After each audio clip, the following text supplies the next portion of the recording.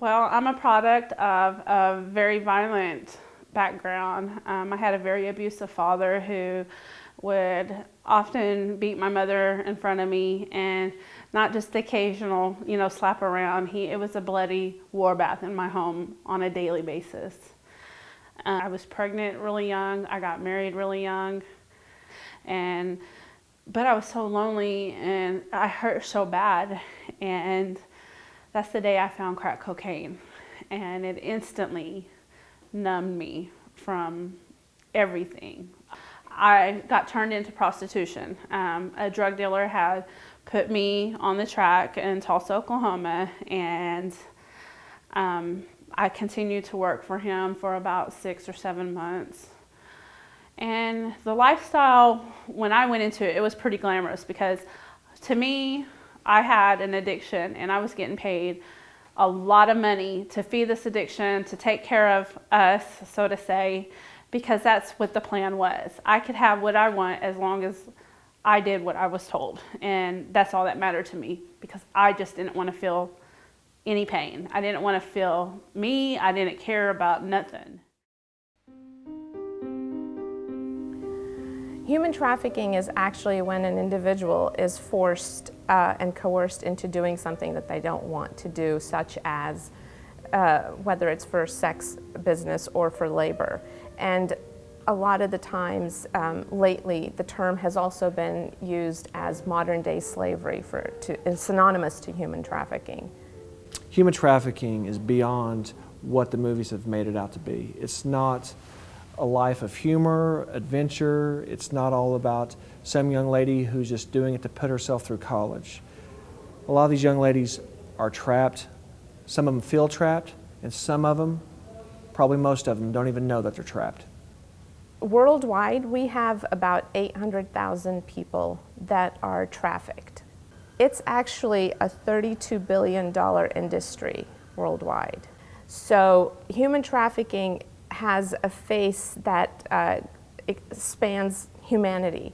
It spans our community. It could be the children that attend school with our children. It could be the individuals we see in a restaurant. It could be individuals we see in the grocery store, at the dry cleaners, at the bank. It was devastating, that lifestyle. The only thing that's out there is death.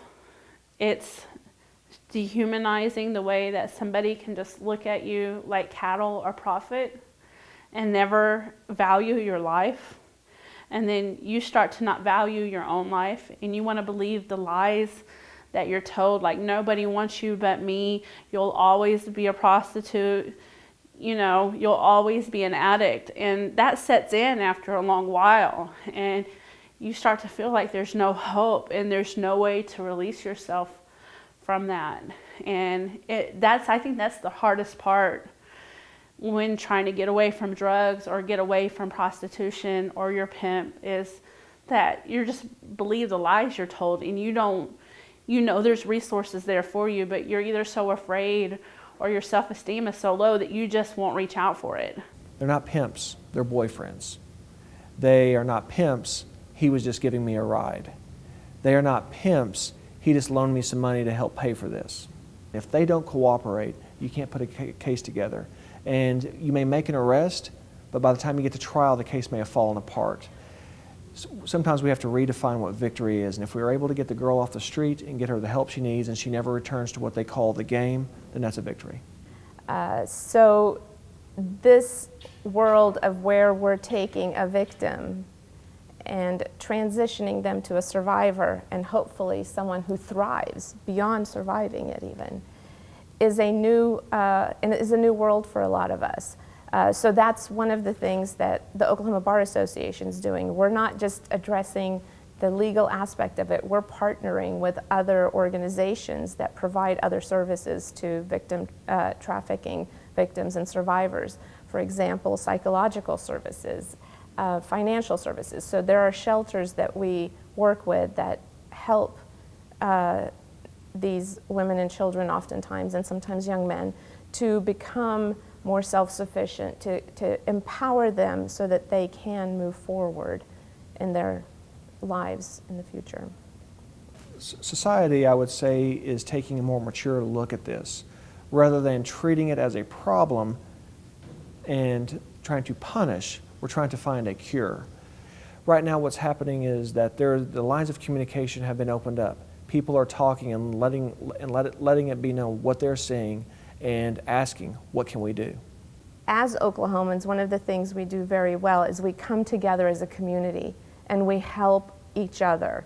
We help each other in times of our weather disasters. We help each other when we have, national security disasters. We come together. We always are there. And that's one of the reasons why Oklahoma is one of the places that could probably be the better place to find the solutions and how to help, first of all, victims of trafficking to become survivors. Right when you think that there's no way out, there is, and you can get out and you can find somebody that's not going to hold that past against you. You can start repairing your life. And if you stay out there, the only thing that's going to happen to you is you're going to either go to jail or you're going to die. Them are the only options, jail or death. And that I was able to get away. Don't be afraid to reach out, because there's people out here that are willing to help, and know that you're worth so much more than selling your body, or so much more than some guy giving you a little attention, making you feel better about yourself, and then throwing you out on a curb to sell yourself. You're worth so much more, and you should be priceless and not for sale.